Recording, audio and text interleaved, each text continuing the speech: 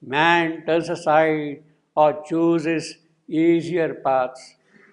He keeps to the one high and difficult road that soul can climb to the eternal peaks. The ineffable plains already have felt his trade.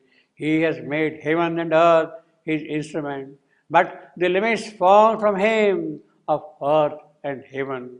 Their law he transcends, but uses as his means. That is what he does, you see, your Redeemer, you see. He has seized life's hands. He has mastered his own heart. That is his preparation, his preparation. Life is entirely in his hands now. His heart is fully under his control. The feints of nature mislead not his sight. So he is not disturbed by this thing. Inflexible his look towards truth's far end. So that is one single aim which always remains in him. Truth's far end. That never gets defocused from his sight. It remains always constantly in view. Fate's deaf resistance cannot break his will. That is what the word Redeemer must have. His will must be really stronger than what fate can do for him. If it is fated that Satyavans to die, then Savitri's will has to be stronger than will of the fate. Fate's deaf resistance cannot break his will. In fact, this is exactly what Savitri herself was asserting. She said, I know how to handle the situation. Savitri had told her mother, yes, if fate is there, it's all right, but I know how to deal with it. She had asserted that thing already. Fate's deaf resistance cannot break his will. In the dreadful passages, the fatal paths, invulnerable, his heart unslain. He lives through the opposition of earth's power and nature's ambitious and the world's attacks. He is elaborating the same point now basically in a different manner. In the dreadful passages, the fatal paths, well, that is what is happening. Invulnerable his soul is not attacked by them, cannot be affected by them. His heart unslain, it cannot be slain by this thing. He lives through the opposition of earth's powers. He withstands all the opposition, all the difficulties, and nature's ambitious and the world's attacks. This is the capacity of the word Redeemer. Now here, you have got in the 1950 edition, one alternate line. Instead of invulnerable his soul, his heart unslain, there is a line is given at the end of the book there, in the end note 1. That line is, his heart is undismayed by adverse powers. His heart is undismayed by adverse powers.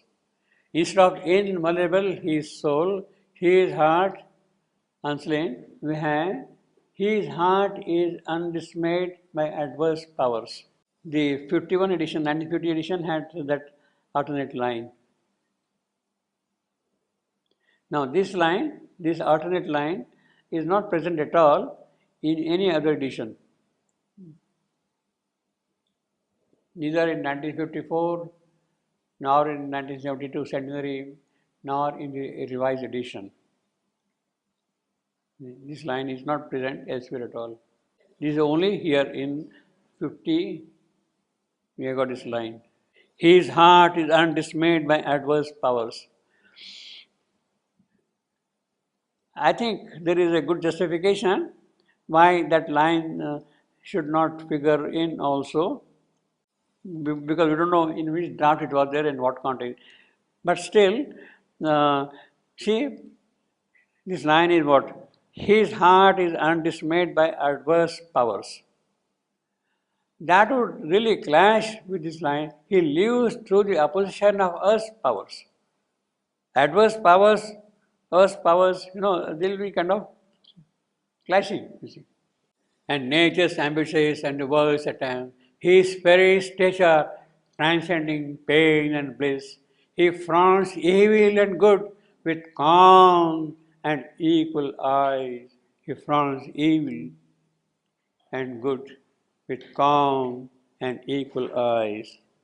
See, this line is a little peculiar line. He fronts evil. I am seeing from the poetic point of view. Now, if you don't lay stress on a front, he fronts evil and good. In other words, the first foot will be here, he fronts evil. Then evil and good, that is the second foot. And the third foot will be with calm. The fourth foot will be with and equal. And fifth foot will be eyes, like that. That is how it will scan, you see. If you don't lay stress on front, then it becomes, he fronts evil and good with calm and equal eye, 2 NFS and 3 AMs. That is how it will read, you see. But even if you give a slight stress on front, which is in fact more legitimate, then it becomes, he fronts evil. The first foot will be still the same thing. This is the first foot, and the others will remain there. It will be called Antibacchius, which is not very bad, but still not very proper also, you see. He fronts evil and good with calm and equal. Otherwise, you can easily read this line as a 6-footer, not pentameter, but 6 feet. Line with 6 feet. Normally, all the lines in Savitri are with 5 feet, pentametric. But this line can also be scanned as a 6-footer. He fronts 1 foot. He fronts 1 foot. Second, and evil, second foot. And good, third foot. With calm, fourth foot. And equal, fifth foot. And eyes, 6th foot. It can be scanned also as a Alexandrine, means 6-footer. 6-footer. There are few very, very exceptional lines like that which can be scanned as a 6-footer, 6 feet. This line has that possibility of being scanned like that, you see. He fronts evil and good with calm and equal eyes, you see. You can see the long passage like that, you see, which is very harmonious also. He too must grapple with the riddle spins and plunge into a long obscurity. Well, now he is coming back to the Greco-Egyptian mythology of Sphinx, you see, the riddle Sphinx, the riddling Sphinx, the Theban plays, Sophocles, they describe the Sphinx very clearly. Oedipus story is behind that. Now, of course, the Sphinx at Gaza, Egypt, is normally taken as a guardian of the path. Is also taken as a guardian of the pyramids. And she will question any passerby.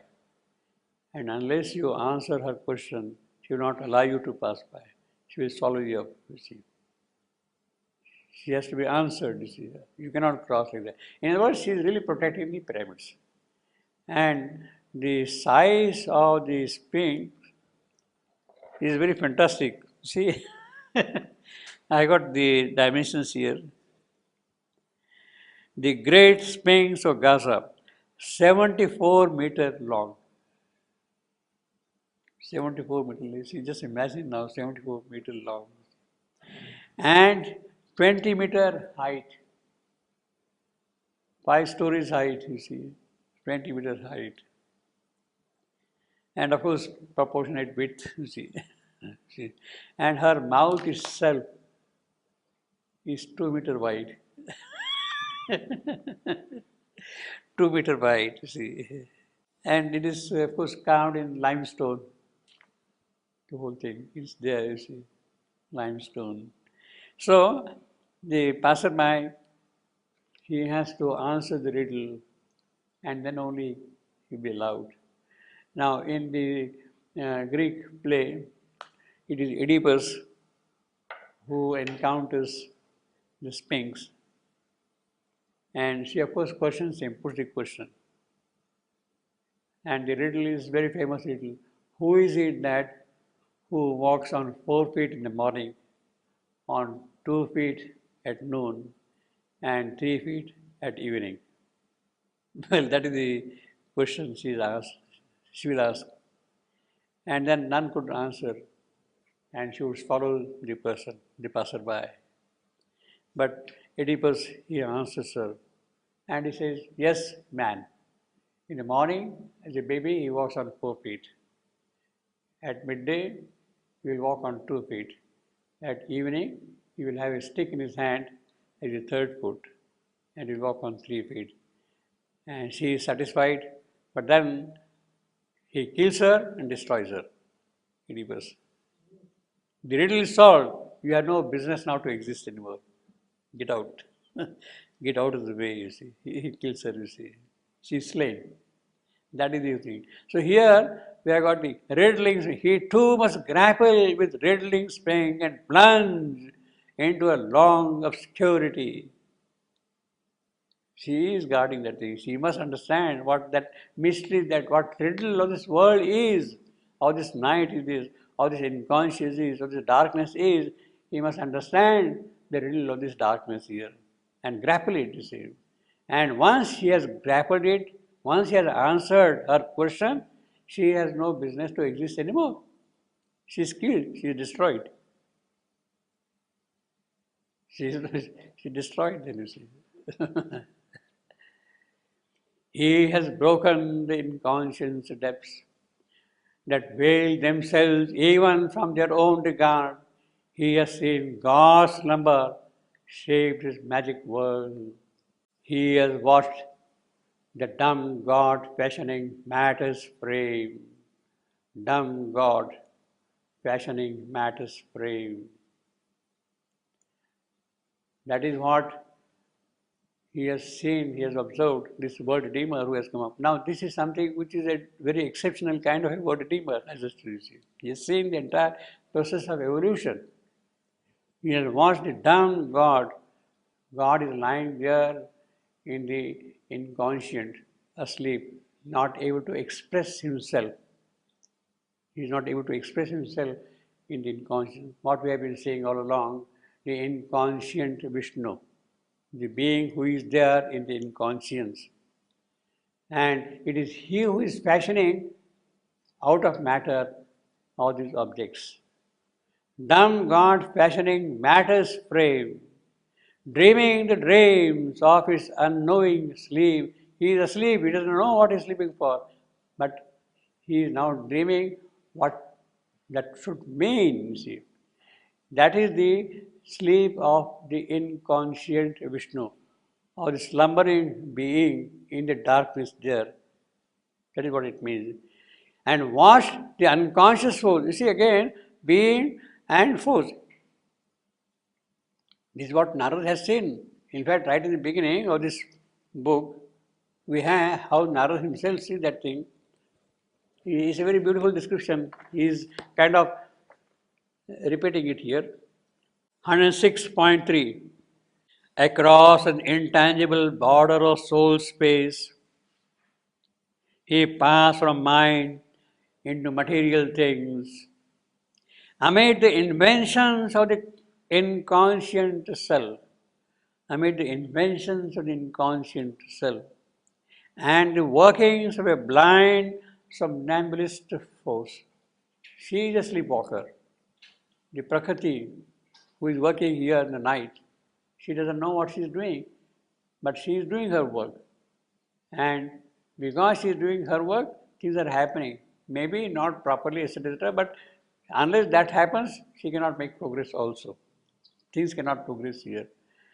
Blind, somnambulist fool. She is already walking in the night and she cannot see, she is blind. That is what the ignorant Prakriti is. And here he has watched the dumb God, the inconscient self, the what we have been calling as the Vishnu, who is sleeping in the inconscience, the being in the inconscience. And why Narada is able to see that? He has watched the dumb God fashioning matter's frame. He means what? The world redeemer. That is possible for the world redeemer because he has identified himself with his whole creation.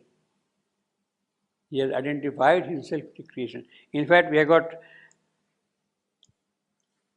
further down here 106.5, last three lines. Into solid matter's dense communion, plunging, and his obscure oneness. You see, again he says obscure, the same thing. Obscure oneness of forms he shared with a dumb spirit identity. He has shared the identity with the dumb spirit. That is what the avatar does. That is what Narada also has done when he is taking the physical body here. He has watched the dumb God fashioning matter's frame, dreaming the dreams of his unknowing foes. He has watched the dumb God fashioning matter's frame, dreaming the dreams of his unknowing sleep, and watched the unconscious foes that build his stars. He has learned the inconscious workings and its law that is necessary for the avatar. He has to know that. His incoherent thoughts and rigid acts, his hazard, waste of impulse and idea, the chaos of his mechanic frequencies, his random calls, his whispers falsely true. See, falsely true, what an oxymoron. His whispers falsely true. He says falsely true. He doesn't say truly false. Misleaders or the hooded listening soul.